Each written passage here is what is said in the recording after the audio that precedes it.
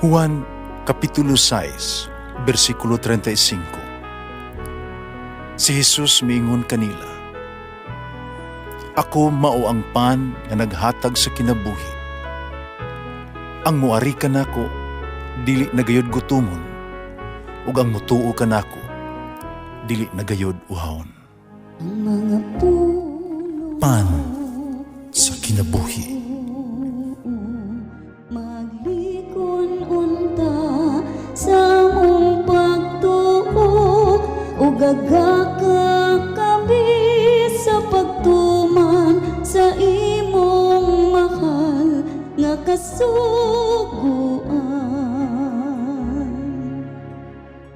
Ang Ginoo manaa kaninyo. Ang Santos ng Ebanghelyo sumala ni San Mateo. Si Jesus miingon siya mga tinun-an, "Dili ang tanan nga nagtawag kanako Ginoo, Ginoo, makasulod sa giharian sa langit. Kundili, kadto lamang nagtuman sa kabubuton sa akong amahan, natuwa sa langit. Busa ang tanan nga makadungog sa akong gisulti o nagtuman niini, may sama sa usa ka tawo nga maalamon nga nagtukod sa iyang balay diha sa bato.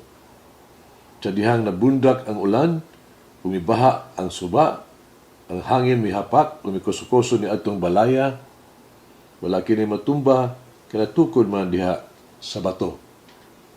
Apan ang tanang nakadungog sa akong gisulti ug dili nagtuman ni ini. May sama usad sa usa ka taong buang-buang nga nagtukod siyang balay diha sa balas. Sa dihang may bundak ang ulan, mibaha ang suba, ug ang hangin mihapak, may kusukoso ni adtong balaya, natumba kini ug nagunob. Ang Ebanghelyo sa Ginoo. Pasalamati ang Ginoo kay siya maayo, ang iyang gugma mulungtad hangtod sa kahangturan. Pasalamati ang Diyos sa tanang mga Diyos, ang iyang gugma malungtaron.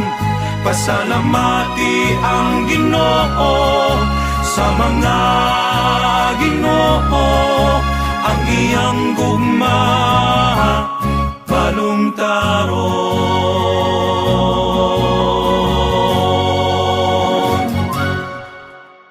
Para sa daghang mga tao, ang relihiyon mo ay usa ka murag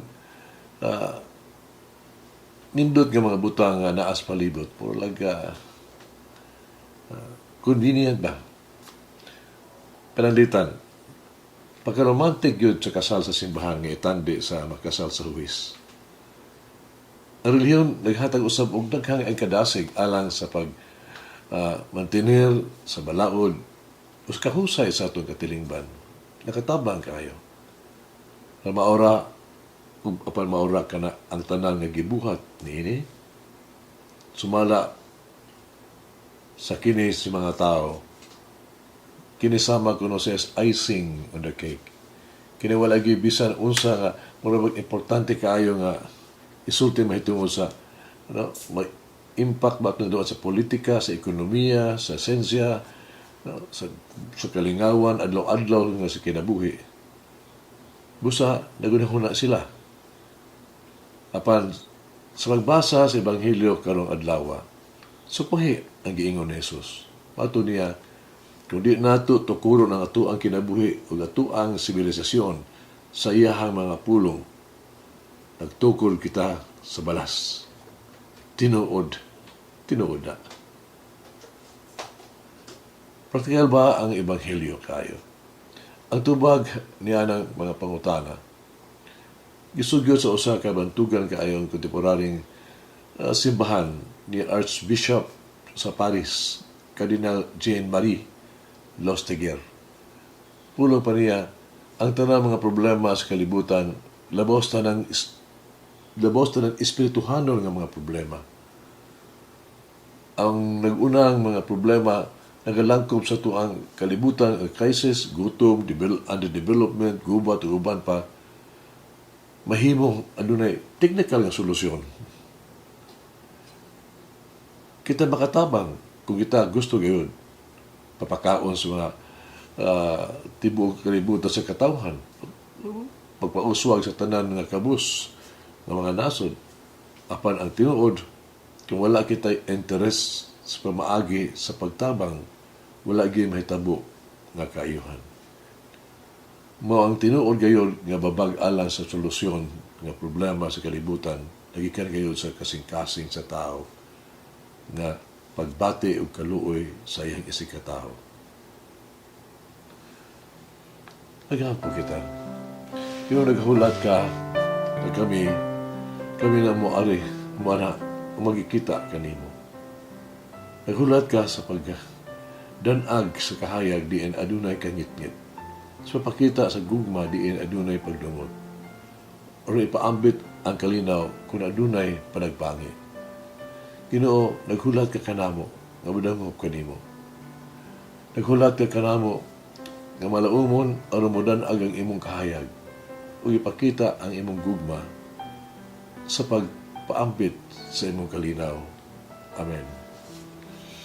Mama Mary, may the Word of God be always the rock and the foundation of my spiritual life.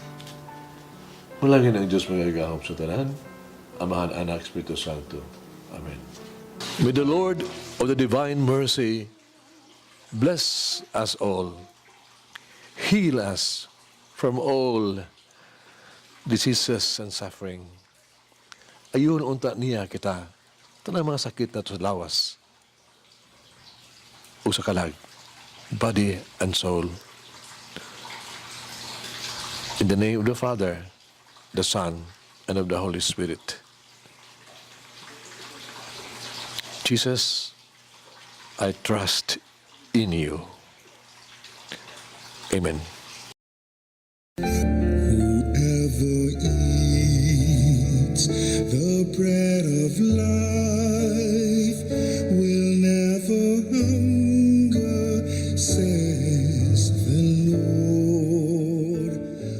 Kay galaan inyong nabati ang pagpaambit ug hamubong pamalandong sa pulong sa Dios, pinaagi sa tulumanon, pan sa kinabuhi, nga gidumala ni Monsignor Daddy Silva. Hangtod na usab sa sunod higayon, daghang salamat. The bread of life.